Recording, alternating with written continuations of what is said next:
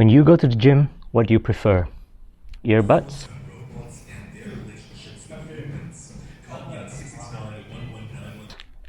or headphones?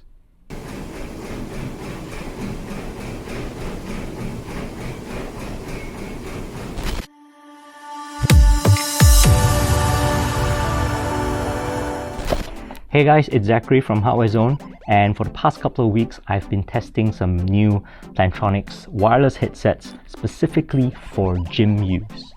Last year Plantronics kind of went full wireless with all their headphones, and they introduced their first true wireless sport headphones, which was the BackBeat FIT 3100. Now it looks exactly like this design wise, there's no real difference. I really like the design, I like the colors, I think it stood out, the fit was really good, but as their first generation product there were problems with it. Battery life was kind of average at about 5 hours per charge.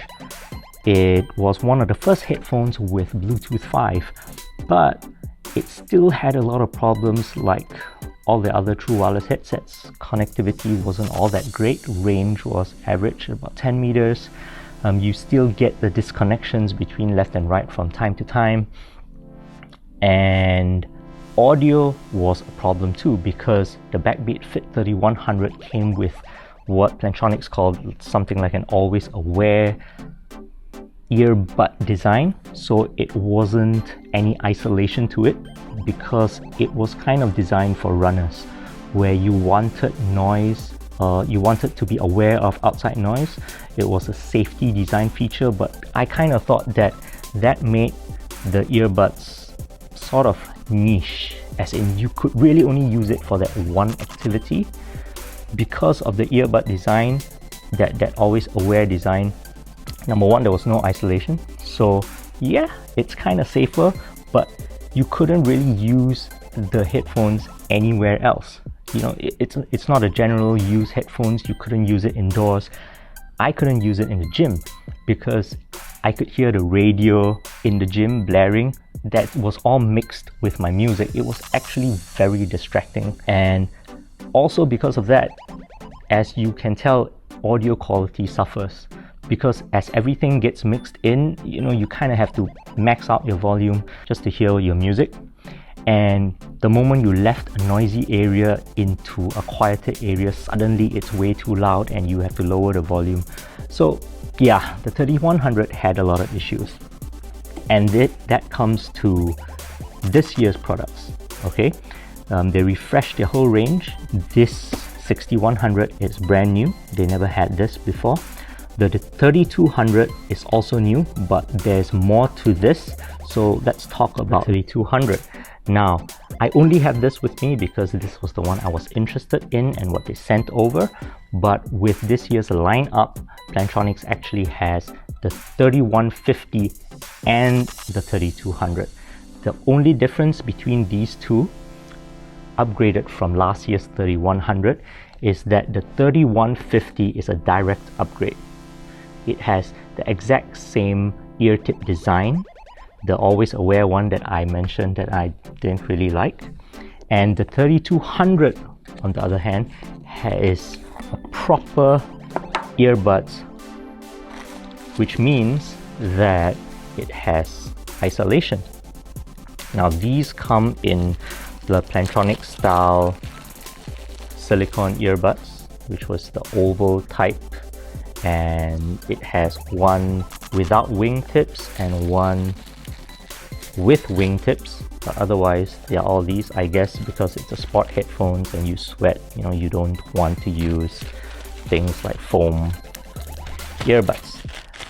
So this is why I have the 3200. Now in terms of upgrades, the 3150 and the 3200 are exactly the same in terms of specs, in terms of what's upgraded from last year's version. The only difference is the earbud design.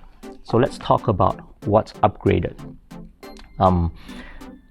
These three headphones from the 3100, 3150, 3200 have the same drivers, which are 13.5mm drivers, I think.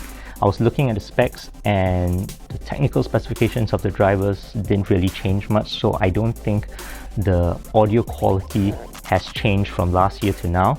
Obviously, because these are isolated headphones, they should sound better. What's really upgraded was the connectivity and battery life. And here's why it's interesting, because again, these are Bluetooth 5 headphones, but from what I've tested over the past 2 weeks, I don't really get any disconnections. They're really great. And these go up to 30 meters now. So from 10 meters to 30 meters, that's 3 times the distance. I have to walk like between 2-3 rooms before it starts to flicker and fade out, which is great. Connectivity wise, only the left earpiece connects, so it doesn't connect left and right independently. That is another product. It's the BackBeat Pro 5100, I think, that was also launched with this, but we won't talk too much about that. These connect only on the left headphones. So when you first connect, you will see that on your phone there's only one item. I have not had any real dropouts in the past 3 weeks or so of using these. Sometimes you get a little bit of disruption, like a 1 second, it kind of pops. And I think that's not really because of the headset, that's probably because I have too many Bluetooth devices connected. Otherwise, they seem to be really stable. The only problem I have is that with the charging case, the mold is quite precise. So if you just put it in like this and you don't press it down and clip it in, I've had a few nights where it didn't charge and it was still connected to my phone because it didn't detect. Okay, so connectivity has been greatly improved. Battery life is much better now. This go for 8 hours instead of 5 hours, and the case has 2 more charges to it. You get a total of 24 hours to use if everything is fully charged at first. That's great. Let's talk about fit and usage. Here's the problem. The fit of these are great. I've not gotten them to fall off in just about any situation. And again, I still really like the design of these.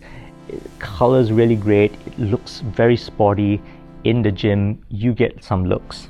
It's really cool.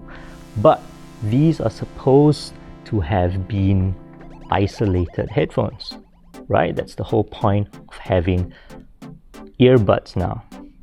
But they don't really work. And guess what? I can still hear my surroundings. I don't really find it to be any different from the 3100 before. Maybe slightly. I can still hear everything. Everything still leaks in. I still can't use this on the MRT, on the train, because I hear everything. It's really loud. When I go to the gym, I can still hear the radio. Everything still mixes in with my music. So I thought they would have fixed this. They fixed the connectivity, they fixed the battery, but they couldn't fix this. Now there are other improvements to this, of course. The app has been upgraded quite a bit. There are tap controls on both sides, like buttons. You can adjust the taps from the app. There are different settings you can choose to customize them, from your regular audio and volume control to maybe tapping to hear the current time, or tapping to start and stopwatch, like when you're working out. That's great.